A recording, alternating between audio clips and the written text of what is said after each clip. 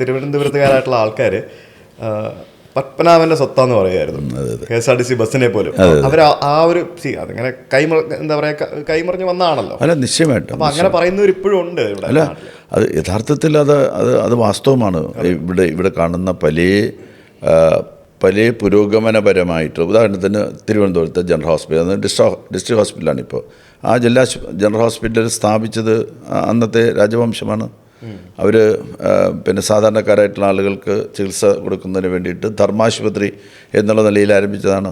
നമ്മുടെ ഇവിടുത്തെ നക്ഷത്ര ബംഗ്ലാവ് അന്ന് പിന്നെ ഈ ഭ്രമണപഥത്തെക്കുറിച്ചെല്ലാം ഇപ്പോഴല്ലേ നമ്മൾ ചർച്ച ചെയ്യുന്നത്. അത് ശാസ്ത്രം ഇത്രയേറെ വളരാതിരുന്ന കാലത്ത് ആകാശത്തിലെ നക്ഷത്രങ്ങൾ നോക്കിക്കാണാൻ വേണ്ടിയിട്ടുള്ള പ്ലാനറ്റോറിയം പോലെ അത് ഇവിടെ നിന്നൊരു സൂക്ഷ്മദർശിനിയിലൂടെയൊക്കെ നോക്കിയാൽ ആകാശത്തെ നക്ഷത്രങ്ങളെ കാണുന്ന നക്ഷത്ര ബംഗ്ലാവ്.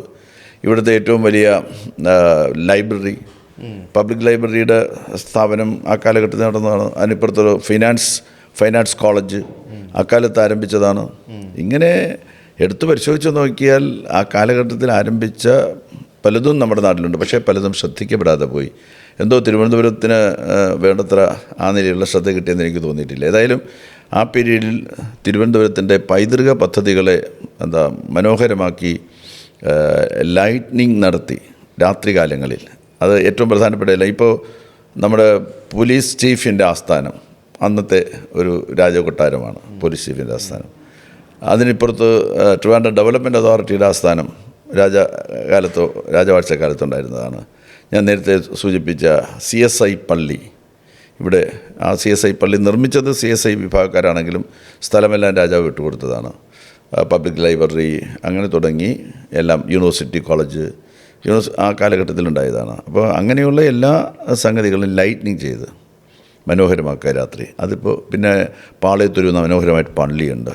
അവിടെ ഒരു മുസ്ലിം ദേവാലയമുണ്ട്, ഒരു ഹിന്ദു ദേവാലയമുണ്ട്. ഈ മൂന്നെണ്ണവും വളരെ മനോഹരമായിട്ട് ലൈറ്റ്നിങ് നടത്താൻ വേണ്ടി സാധിച്ചു. ഇങ്ങനെ തിരുവനന്തപുരത്തിൻ്റെ മനോഹരമായിട്ടുള്ള പൈതൃകത്തെ എല്ലാം തന്നെ പ്രഭാപൂരിതമാക്കുന്നതിന് വേണ്ടിയിട്ടുള്ള പ്രോജക്റ്റ് കൊണ്ടുവന്ന് നടപ്പിലാക്കുന്നതിന് വേണ്ടി സാധിച്ചു എന്നുള്ളതാണ്.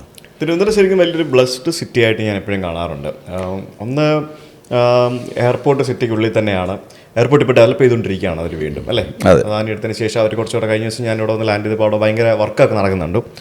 പുതിയ ടെർമിനലൊക്കെ പണിയുവാണെന്ന് തോന്നുന്നു. പിന്നെ റെയിൽവേ സ്റ്റേഷൻ അധികം ദൂരമല്ല, സെൻട്രൽ ആണെങ്കിലും ഇപ്പോൾ കൊച്ചുവേളിയാണെന്നുണ്ടെങ്കിലും അധികം ദൂരമില്ല, എല്ലാം കണക്റ്റഡാണ്.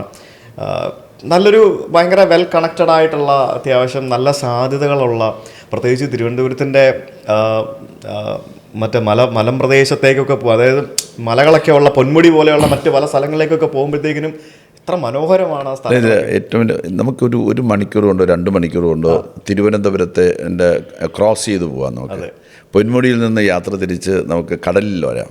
പൊന്മുടി എന്ന് വെച്ചാൽ മലയുടെ, നമ്മുടെ ഇവിടുത്തെ ഏറ്റവും വലിയ മല, അവിടെ നിന്ന് ഒരു 1-2 മണിക്കൂർ കൊണ്ട് യാത്ര ചെയ്ത് നമുക്ക് ശംഖുമുഖം ബീച്ചിൽ വരാൻ വേണ്ടി പറ്റും.